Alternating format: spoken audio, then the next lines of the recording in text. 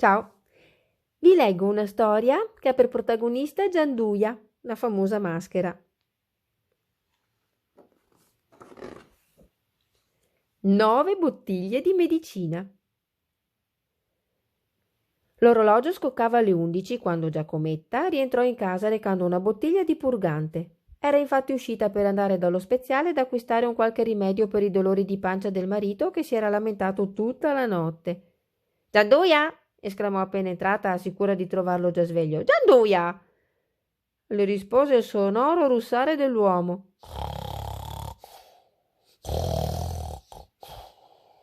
Basta là!» esclamò Giacometta. «Quella bestia ancora se la dorme come fosse notte fonda ed io ho di nuovo da uscire per la spesa. Ah, ma ora lo sveglio per dirgli ciò che deve fare.»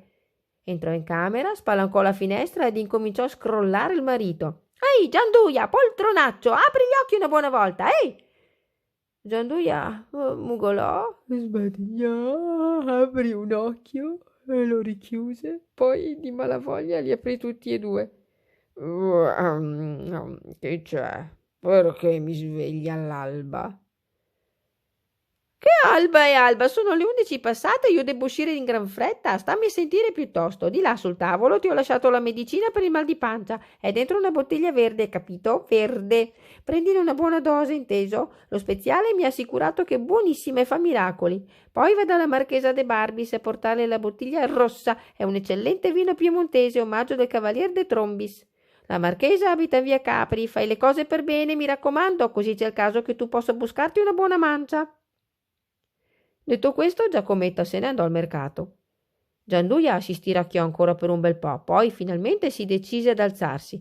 Andò di là e, arricciando il naso, si versò da una delle 2 bottiglie un bel bicchierone.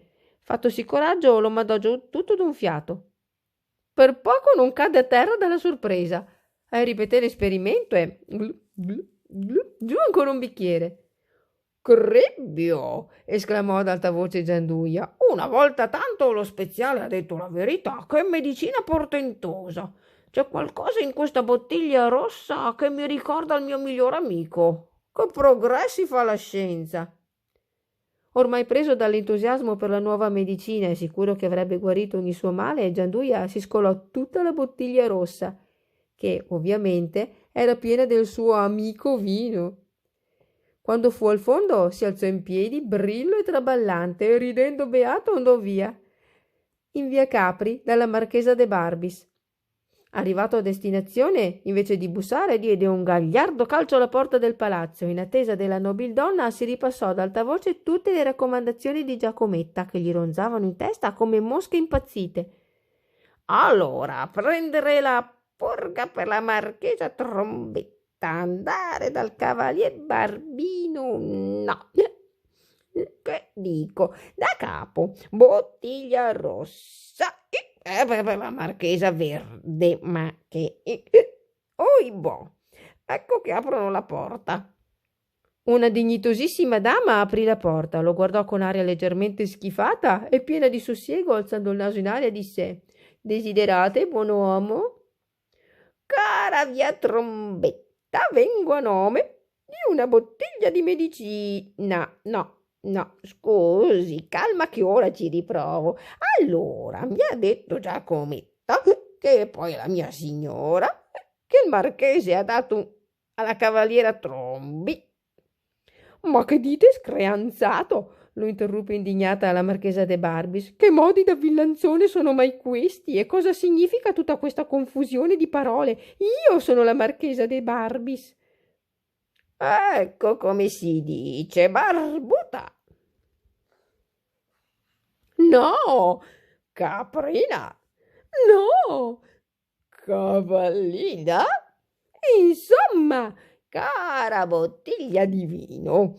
Basta, andatevene via immediatamente.» «Come andare via? Mi scusi, sa, ma debbo lasciarle un giugno.» «Che? Un luglio.» «Cosa?» «Un cribbio. Ma che misera! Ecco, ci sono un maggio.» «Oh, incredibile! Un omaggio, brutto briacone! Datemi questa benedetta bottiglia e sparite dalla mia vista!» Gianduia porse alla nobildonna la bottiglia ed ella lesse. Esterrefatta l'etichetta proprio nel momento in cui arrivava il cavalier de Trombis, con una vistosa parrucca, eleganti merletti e la camicia e un cesto pieno di bottiglie di vino. Sull'etichetta stava scritto purgante, tonico, digestivo, lassativo, per calli, foruncoli e sbronze continuate. Il cavaliere si portò l'occhio sinistro prezioso occhialino d'oro che, trattenuto da un nastrino nero, gli pendeva sulla giacca, e guardando la gentildonna con sguardo amoroso e aprendo appena la boccuccia a cuore, esclamò: allora, cava marchesa, avete guardato il mio piccolo omaggio? La nobildonna perse i lumi della ragione e, dimenticando completamente i severi dettami di buona educazione che le erano stati impartiti sin dalla nascita, si tolse una scarpa e si mise ad inseguire per le vie di Torino l'incolpevole cavaliere, che correva e gridava con tono lamentoso: povero me, che mai vi ho fatto, amore mio?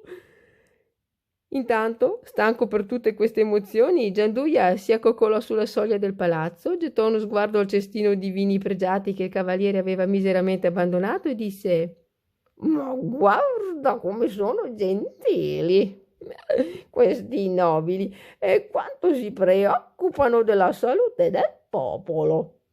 Mi hanno dato per mangiare dell'altra medicina. Se una bottiglia mi ha fatto così bene, figuriamoci 8. E così detto, ricominciò la cura contro il suo mal di pancia e contro le sbronze, cantando felice a squarciagole e mandando benedizioni agli ottimi medici della sua cara Torino.